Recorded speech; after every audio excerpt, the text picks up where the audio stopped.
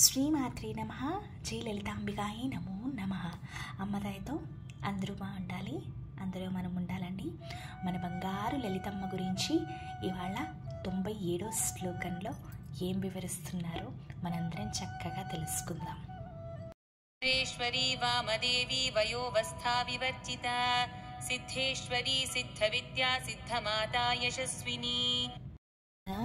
బంగారు లలితమ్మని వజ్రేశ్వరి అని పిలుస్తారు. అమ్మవారు శక్తికి సంకేతం అండి. వజ్రం అంత దృఢంగా కాంతివంతంగా శక్తి స్వరూపిణిలా ఉంటారు అని ఈ నామం సూచిస్తుందండి. మన నిజ జీవితంలో అమ్మవారిని మనము మన కళ్ళతో చూడలేకపోవచ్చు, కానీ అమ్మవారిని ఒక వజ్రంతో పోలుస్తున్నారన్నమాట. ఇక్కడ ఒక వజ్రం చూడ్డానికి చాలా దృఢంగా గట్టిగా బలంగా ఉంటుంది, అలాగే కాంతి స్వరూపంలో దగదగలాడిపోతూ ఉంటుందన్నమాట. అలాగే అమ్మవారు కూడా ఉంటుంది అని ఈ నామం సంకేతిస్తుంది. ఈ నామానికి వేరే అర్థం కూడా ఉంటుందండి. మన విశుద్ధ చక్రము అంటే మన గొంతులోని ఒక చక్రం ఉంటుంది. మన మానవ శరీరంలో మొత్తం 7 చక్రాలు ఉంటాయి కదండి. ప్రతి చక్రానికి కూడా ఒక్కొక్క దేవత ఉంటుందన్నమాట. ఆ యోగిని పేరు, మన గొంతు దగ్గర ఉండే యోగిని పేరుని కూడా వజ్రేశ్వరి అని సంకేతిస్తుంది. ఇదే నామానికి 3వ అర్థం కూడా ఉందండి. హర్యానాలోని జ్వాలామాలిని అని అమ్మవారి ఆలయం ఉంది కదండి, అక్కడ అమ్మవారిని వజ్రేశ్వరి దేవి కింద సంకేతిస్తుంది. 468వ నామం అండి వజ్రేశ్వరి అన్నది. ఒక నామానికి 3 అర్థాలు మనం తెలుసుకున్నాము. ఇప్పుడు వామదేవి, లలితమ్మని వామదేవి అని సంకేతిస్తుంది. అంటే మన అనాహత చక్రము, మన గుండె దగ్గర ఉండే చక్రం తాలూకా యోగిని అమ్మవారి పేరు వామదేవి అని ఈ నామం సంకేతిస్తుంది. మన లలితమ్మకి చిన్న పిల్లల పుట్టడము, పాకడము, అల్లరి చేయడము, ఆడుకోవడము, అలాగే ఒక యవ్వన అంటే చిన్న పిల్లల ఒక 14-15 ఏళ్ళ పిల్లల ఆడుకోవడము, తర్వాత పెళ్లి చేసుకుని తర్వాత పెద్దవాళ్ళు వృద్ధురాలు కింద అవడము, ఇలా ఏమీ ఉండవండి. అమ్మవారికి ఇవి ఏమీ వర్తించవు. అమ్మవారు నిత్య యవ్వనవతి, అంటే అమ్మవారికి పుట్టుక చావు లేదు అని ఈ నామం సంకేతిస్తుంది. అమ్మవారు సాక్షాత్తు ఒక యాగము, ఒక ఋషులు మునులు బండాసురుడిని వధించడానికి ఒక యాగం తలపెట్టినప్పుడు ముందు ఈ బంగారు అంటే కాంతి ఒకటి వచ్చి అందులో శ్రీచక్రం వస్తుంది. ఈ శ్రీచక్రంలోంచి అమ్మవారు సాక్షాత్తు లలితా త్రిపుర సుందరి ఉద్భవించారనమాట. అందుకనే అమ్మవారికి పుట్టుక చావు ఎలాంటివి వర్తించవు అని ఈ నామం సంకేతిస్తుంది. లలితమ్మని సిద్ధేశ్వరి అని పిలుస్తారు.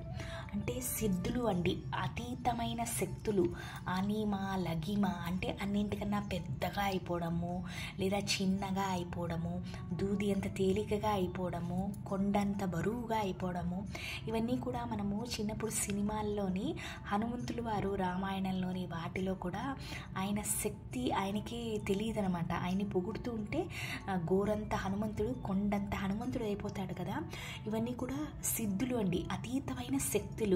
వీటన్నిటికీ కన్నతల్లి ఎవరు? సాక్షాత్తు శ్రీ లలితా త్రిపుర సుందరిలోంచి ఇవన్నీ పుట్టాయి కాబట్టి అమ్మవారిని సిద్ధేశ్వరి అని పిలుస్తారు. లలితమ్మని సిద్ధ విద్య అని సంకేతిస్తారు. అంటే ఈ ప్రపంచంలో ఉండే చదువుల తల్లి సరస్వతి స్వరూపిణి మన లలితాంబికాయే అని సంకేతిస్తుంది. అంటే ఈ ప్రపంచంలో ఉన్న జ్ఞానము, విద్య, తెలివితేటలు, మంచి ఆలోచనలు అన్నీ కూడా అమ్మే అని ఈ నామం సంకేతిస్తుంది. మన లలితమ్మని సిద్ధమాత అని పిలుస్తారు. ఎందుకు అంటే ఆజ్ఞా చక్రము, అంటే మన కనుబొమ్మల మధ్యన 2 కనుబొమ్మల మధ్యన ఒక చక్రం ఉంటుందండి. ఇక్కడ యోగిని అమ్మవారిని సిద్ధమాత అని, అంటే యోగిని అంటే లలితమ్మ స్వరూపిణి, ఆవిడ ఆజ్ఞ చక్రాన్ని చూసుకుంటారు. ఈ యోగిని దేవత పేరు సిద్ధమాత. లలితమ్మని యశస్విని అని సంకేతిస్తారు. 474వ నామము. అమ్మవారు తెలియని ఇల్లు ఉండదు, అమ్మవారు తెలియని మనుష్యులు ఉండరు, అమ్మవారు తెలియని చోటు ఉండదండి. అమ్మ అంత ఒక ఉన్నతమైన పెద్ద ముత్తైదువండి. అమ్మకి అంత ప్రత్యేకమైన స్థానాన్ని శివయ్య సృష్టించారు. ఆయనలో సగభాగము అమ్మ. అంటే ఇక్కడ అమ్మకి అయ్యకి ఇద్దరికీ తేడా లేదు, వాళ్ళ బంధము అంత దృఢమైనది అని శివయ్య తెలుపుతున్నారన్నమాట. అందుకనే ఈ జగత్తుని పరిపాలించడానికి శివయ్య కూడా అమ్మవారి చేతుల్లో ఈ ప్రపంచాన్ని పెట్టి ఆవిడకు ఒక పట్టపురాణిలాగా ఆదిపరాశక్తి అయిన జగన్మాత శ్రీ లలితా త్రిపుర సుందరికి ఒక ముఖ్యమైన ప్రత్యేకమైన స్థానాన్ని ఈ ప్రపంచంలో ఇచ్చారు.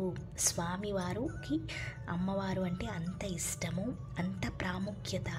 యశస్విని అంటే చాలా గొప్ప మహిళ, పెద్ద ముత్తైదువు, చాలా చాలా అంటే ఇంకా మనం అది కొలవలేనంత గొప్ప స్త్రీ అని ఈ నామం సంకేతిస్తుంది. దీంతో 97వ శ్లోకం తాలూకా అర్థం అయిపోయిందండి. మీ అందరికీ నచ్చితే తప్పకుండా లైక్ చేయండి, కొత్త వాళ్ళు సబ్స్క్రైబ్ చేసుకోండి. కొంచెం సారీ అండి, పని వల్ల నేను శ్లోకాలు పెట్టలేకపోతున్నాను. కానీ ఇప్పటి నుంచి మనందరం కూడా మన బంగారు లలితమ్మ గురించి తెలుసుకుందాము. ఈ ప్రయాణాన్ని చక్కగా సాఫీగా కొనసాగుదాము. రేపటి నుంచి 98వ శ్లోకము మొదలు పెడదామండి.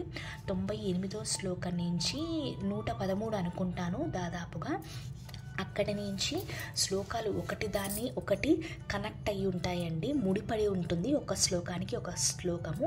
ముఖ్యంగా గర్భిణీ స్త్రీలు ఎవరైతే ఉన్నారో 1వ మాసంలో ఏ శ్లోకం వినాలి, ఏ అమ్మవారి పేరు చదువుకోవాలి, ఏ నైవేద్యం పెట్టుకోవాలి, ఇలా 1 నుంచి 9వ నెల మాసం వరకు లలితా సహస్రనామము మన ఆడవాళ్ళకి ఎలా ఉపయోగపడుతుందో మనము రానున్న వీడియోస్లో తెలుసుకుందాము. శ్రీమాత్రే నమః. లోకా సమస్త సుఖినో భవంతు. Thank you so much.